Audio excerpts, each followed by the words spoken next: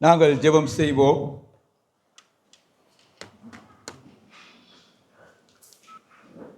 எங்களோடு வாழ்கின்ற எமது அருமை தந்தையே,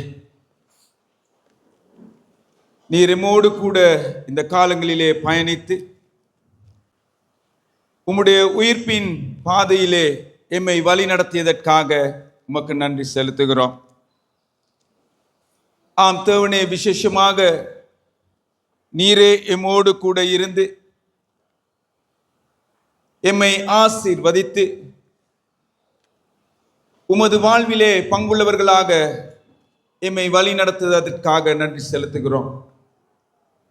இந்த அற்புதமான பயணத்திலே, இந்த ஆசீர்வாதமான பயணத்திலே, இந்த சமாதானத்தின் பயணத்திலே நீர் எம்மை அழைத்து செல்வதற்காக நன்றி செலுத்துகிறோம். நீர் எம்மை பொறுப்படுத்தி வழி நடத்திய வேண்டும் என்று இயேசு கிறிஸ்துவின் மூலம் வேண்டுகிறோம், வல்லமை நிறைந்த பிதாவே, ஆமென். கிறிஸ்துவுக்குள் அன்பான சகோதர சகோதரிகளே, உங்கள் அனைவருக்கும் சமாதானம், சந்தோஷம் நிறைந்த உயிர்ப்பின் பண்டிகை வாழ்த்துகள் உரித்தாகுக. அவர் இங்கு இல்லை, அவர் உயிர்த்தெழுந்தார். உயிர்த்தெழுந்த நமது மீட்பரும் இரட்சகருமாகிய கிறிஸ்துவின் கிருபையும் ஆசீர்வாதமும் வழிநடத்துதலும் உங்கள் அனைவரோடும் கூட என்றென்றைக்கும் இருப்பதாக என்று பிரார்த்திக்கின்றேன்.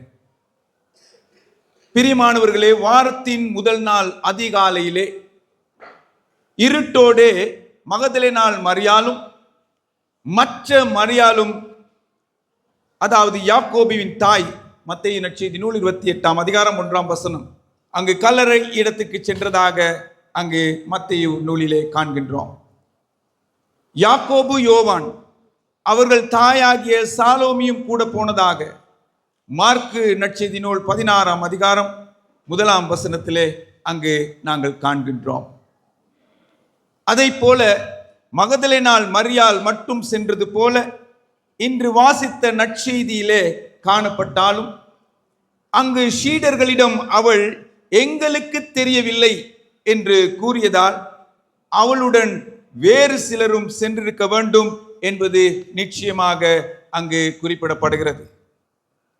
எனவே சில பெண்கள் சேர்ந்து அதிகாலையிலே கல்லறைக்கு சென்றார்கள் என்பதும், அங்கு இறைவன் இயேசு இருக்கவில்லை என்பதும், கல்லறையை அடைத்திருந்த கல் புறப்பட்டு தள்ளப்பட்டிருந்தது என்பதும், அவர் இங்கு இல்லை, உயிர்த்தெழுந்தார் என்று தேவதூதர்கள் கூறிய வார்த்தையும் எமது விசுவாசத்திற்கு உறுதியான, வெற்றியான, மகிழ்ச்சியான செய்தியாக அது காணப்படுகிறது. இது நம் கிறிஸ்தவ விசுவாசத்தின் மூளைக்கல்லாக இருக்கிறது என்பதை நீங்களும் நானும் அறிவோம். கிறிஸ்து எழுந்திருக்கவில்லை என்றால் எங்கள் பிரசங்கமும் விருதா, உங்கள் விசுவாசமும் விருதா. 1 கொரிந்தியர் 15ஆம் அதிகாரம் 14ஆம் வசனத்திலே அங்கு பவுல் கூறுகின்றார். நாம் அவரோடு இறந்து உயிர்த்தது எப்பொழுது என்று நாங்கள் சிந்திக்க வேண்டும். பிரியமானவர்களே, நாங்கள் இறைவனோடு இறந்து இறைவனோடு எழுந்த தினம் எமது திருமுழுக்கு பெற்ற தினமாக காணப்படுகிறது. பாவத்தில் மரித்து இறைவனோடு நாங்கள் எப்பொழுது எழுந்தோம்? எமது திருமுழுக்கிலே நாங்கள் எழுந்தோம். இதை மீண்டுமாக எமது திடப்படுத்துதலிலே நாங்கள் எமது விசுவாசத்தை அறிக்கை செய்து அவர் எம்மோடு கூட இருக்கிறார் என்பதை நாங்கள் நினைவு கூறுகிறோம். அதிலே அந்த விசுவாசத்திலே வாழ்கின்றோம். எனவே இறப்பும் உயிர்ப்பும் எமது வாழ்வில் தொடர்ந்து இடம்பெற வேண்டும். அது நிச்சயமாக இடம்பெற வேண்டும்.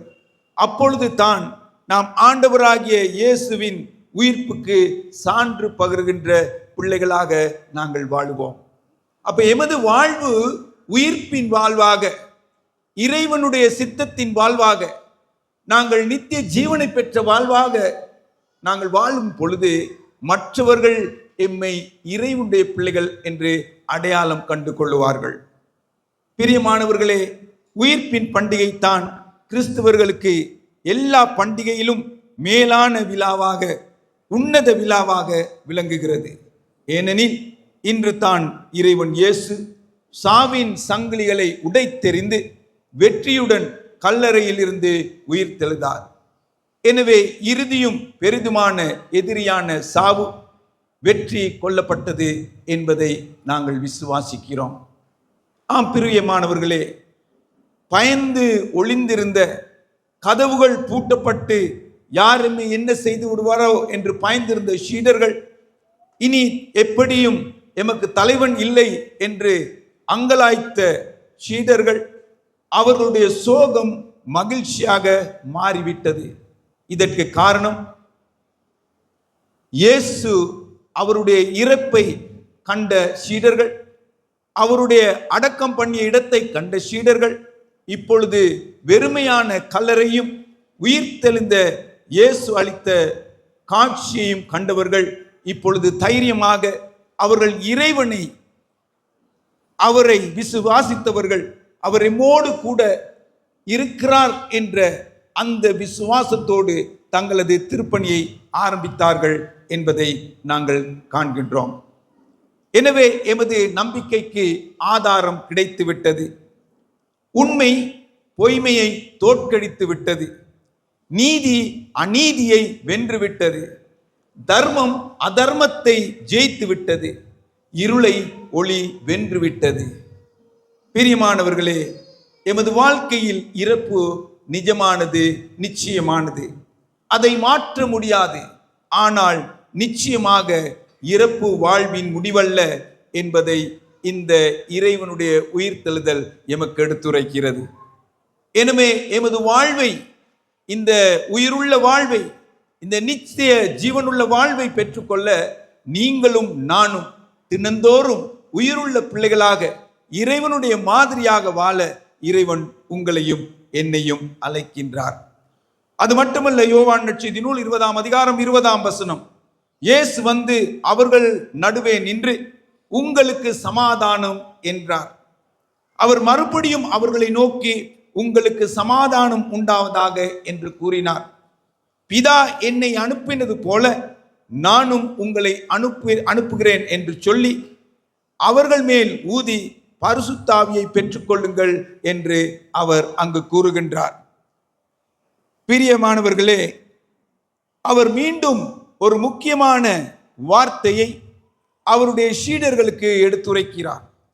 அந்த வார்த்தைகளை நாங்கள் எமது வாழ்க்கையிலே தினந்தோறும் உச்சரித்துக் கொள்ள வேண்டும். அதை நாங்கள் சிந்தித்துக் கொள்ள வேண்டும். அதனூடாக செயல்பட வேண்டும். அந்த முக்கியமான வார்த்தைகள் ஆவன, எவர்களுடைய பாவங்களை மன்னிக்கிறீர்களோ அவைகள் அவர்களுக்கு மன்னிக்கப்படும், எவர்களுடைய பாவங்களை மன்னியாதிருப்பீர்களோ அவைகள் அவர்களுக்கு மன்னிக்காதிருக்க என்று அவர் சொல்லுகிறார். பிரியமானவர்களே, திருப்பணி என்பது மிகவும் இலகுவல்ல. அதை ஏனோ தானோ என்று சொல்ல முடியாது, செய்ய முடியாது. இறைவனோடு வாழ்வதற்கு சில ஒழுங்குமுறைகள் இருக்கிறது. இறைவனை பின்பற்றுவதற்கு சில ஒழுங்குமுறைகள் இருக்கிறது. அடாவடித்தனமாக எமது வாழ்வை வாழ முடியாது. அடாவடித்தனமாக நாங்கள் இறைவனை பின்பற்ற முடியாது. இறைவனை உண்மையோடும் நீதியோடும் கீழ்ப்படிவோடும் நாங்கள் அவரை தொழுது கொள்ளுகின்ற பொழுது, அவர்களுடைய பிள்ளைகளை கணம் பண்ணுகின்ற பொழுது இறைவன் எம்மை ஆசீர்வதிக்கின்றவராக இருக்கிறார். எனவே சீடர்களாகிய நீங்களும் நானும் இறைவனோடு எவ்வளவுக்கு எவ்வளவு வாழ்கின்றோமோ அந்த வாழ்க்கையை நாங்கள் இன்னும் விசுவாசமுள்ள வாழ்க்கையாக, அந்த வாழ்வை இன்னும் மெருகுபடுத்தி இறைவனோடு வாழ்கின்ற பொழுது நாங்கள் ஆசீர்வதிக்கிறவர்கள் ஆசீர்வதிக்கப்பட்டவர்களாகவும், நாங்கள் ஆசீர்வதிக்காதவர்கள் ஆசீர்வாதத்தை பெறாதவர்களாகவும் அங்கு காணப்படுவார்கள். எனவே உங்களுடைய வாயிலிருந்து புறப்படுகின்ற ஒவ்வொரு வார்த்தையும், எனது வாயிலிருந்து புறப்படுகின்ற ஒவ்வொரு வார்த்தையும் அது தேவனால் கொடுக்கப்படுகின்ற வார்த்தை, தேவனால் ஆசீர்வதிக்கப்பட்ட வார்த்தை. திருமுழுக்கு பெறுகின்ற பொழுது, திறப்படுத்துதல் பெறப்படுகின்ற பொழுது, அபிஷேகம் செய்யப்படுகின்ற பொழுது பரிசுத்த ஆவியானவர் எம்மேல் எம்மை அபிஷேகம் செய்கிறார் என்பதை நினைத்துக் கொள்ள வேண்டும். எனவே எமது வாயிலிருந்து தேவையற்ற வார்த்தைகளை நீங்களும் நானும் உச்சரிப்பதை நாங்கள் தவிர்த்து கொள்ள வேண்டும். சாம்பல் புதன்கிழமையிலிருந்து உயிர்த்தெழுதல் பண்டிகை வரை 40 நாள் கஷ்டப்பட்டு உபவாசம் இருந்து உண்ணாவிரதம் இருந்து ஜெபம் செய்து தர்மம் செய்து தானம் செய்து எங்களை நாங்கள் இன்னையோட அம்மா சாமி இன்னையிலேருந்து வீட்டுக்கு போயிட்டு ஒரு நல்ல புடி ஒன்று பிடிக்கலாம் அப்படின்னு நாங்கள் நினச்சிக்கிட்டு இருப்போம். நல்லா பிடிக்கலாம், ஆனால் இன்னைக்கு தான் ஆரம்பிக்குது. இந்த 40 நாள் எமது உபவாச வாழ்க்கை, தான வாழ்க்கை, தர்ம வாழ்க்கை இன்னையிலிருந்து இறைவனுடைய பிறப்பு மட்டும் நாங்கள் எடுத்து செல்ல வேண்டும். இந்த 40 நாளோட முடியலை, இப்பதான் ஆரம்பிக்குது. அப்ப எனவே இறைவனோடு வாழ்கின்ற பொழுது எமது வாழ்வு தூய்மையான வாழ்வாக இருக்க வேண்டும் என்று இறைவன் விரும்புகிறார். எனவே பிரியமானவர்களே, எமது வாழ்வானது மிக மிக முக்கியமான வாழ்வாக காணப்படுகிறது. இந்த வாழ்வை நீங்களும் நானும் சரியாக வாழ இறைவன் அழைக்கின்றார். எனவே இறைவன் உயிர் தெழுந்தார் என்ற நம்பிக்கையை, அந்த நம்பிக்கையில் நாமும் உயிர்த்தெழ வேண்டி நிற்கின்றோம்.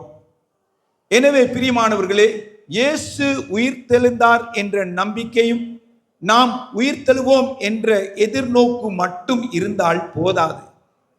திருமுழுக்கில் நாம் பெற்ற உயிர்த்தெழுந்த வாழ்வை நாம் தினந்தோறும் வாழ இறைவன் உங்களையும் என்னையும் அழைக்கின்றார்.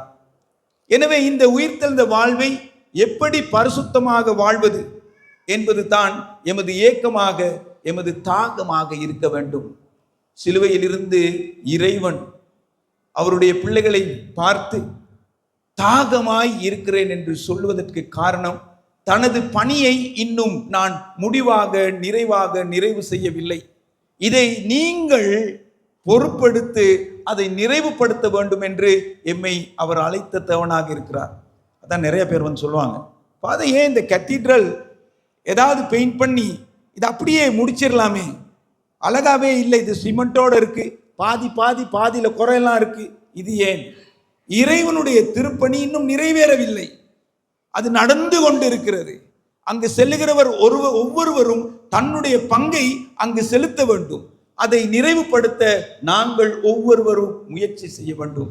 எனவே உயிருள்ள துடிப்புள்ள வாழ்வை நீங்களும் நானும் வாழ வேண்டும். எனவே பிரியமானவர்களே, இந்த உயிர்ப்பின் பண்டிகையிலே வெறுப்புள்ள இடத்தில் அன்பையும், அவநம்பிக்கையுள்ள இடத்திலே நம்பிக்கையையும், இருள் உள்ள இடத்தில் ஒளியையும், துன்பம் உள்ள இடத்தில் மகிழ்ச்சியையும் நாம் விதைக்கும் போதுதான் உயிர்த்த வாழ்வை நீங்களும் நானும் வாழ்கின்றோம். அது மட்டுமல்ல, பிறரை தூற்றுவதை விட்டுவிட்டு அவர்களை போற்றும் போதுதான், பிறரின் குறைகளை பெரிதுபடுத்தாமல் அவர்களது நற்குணங்களை பாராட்டும் போது, பிறரை தீர்ப்பிடாமல் அவர்களை புரிந்து கொள்ள முயற்சி செய்யும் பொழுது நாங்கள் உயிர்த்தெழுகின்ற அந்த உயிர்த்த வாழ்வை வாழ்கின்றோம். எனவே வாடுகின்ற உள்ளங்களை தேற்றுகின்ற பொழுது, துன்பப்படுவோரை ஆதரிக்கும் பொழுது, பிறரை அன்பு செய்யும் பொழுது உயிர்த்த வாழ்வை நீங்களும் நானும் வாழ்கின்றோம். இதை எமது தேவன் உங்களிடத்திலும் என்னிடத்திலும் எதிர்பார்க்கிறார். இதற்கு காரணம், தருவதில் தான் நாங்கள் பெறுகின்றோம், மன்னிப்பதில் தான் மன்னிப்பை பெறுகிறோம், இறக்கும் போது தான் உயிர்ப்பிக்கப்படுகின்றோம். பிரியமானவர்களே, இந்த உயிர்ப்பின் நற்செய்தியை கேட்ட நீங்களும் நானும் இன்றிலிருந்து எமது தேவனோடு இணைந்து எமது உயிர்ப்பின் வாழ்விலே நிலை கொள்ள இறைவன் உங்களையும் என்னையும் அழைக்கின்றார். அப்படி வாழ்கின்ற பொழுது, நாங்கள் இந்த உலகத்தின் வாழ்வை நிறைவு செய்கின்ற பொழுது, நாங்கள் பரலோகத்தில் இறைவனோடு நாங்களும் ஒன்றித்து வாழ, அவருடைய அந்த இறையரசிலே இணைந்து கொள்ள இறைவன் உங்களையும் என்னையும் எதிர்பார்த்து அவருடைய கிருபையை கொடுக்க வேண்டும் என்று பிரார்த்திப்போம், ஜெபம் செய்வோம்.